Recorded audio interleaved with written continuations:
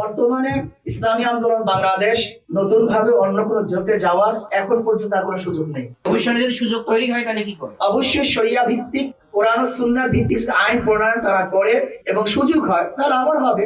সুন্নাহর ভিত্তিতে শরিয়ার ভিত্তিতে আইন প্রণয়ন করবো না। আমাদের একজন ভদ্র মহিলা, খ্রিস্টান ভদ্র মহিলার প্রশ্নের জবাবে তিনি বলেছেন তখন তো আমাদের এক বাক্স আর থাকে না, কারণ আমাদের এক বাক্স নীতিটা ছিল ইসলামের পক্ষে একটা বাক্স, এর জন্য এখন ইসলামের পক্ষে হাত পাকার বাক্স আছে।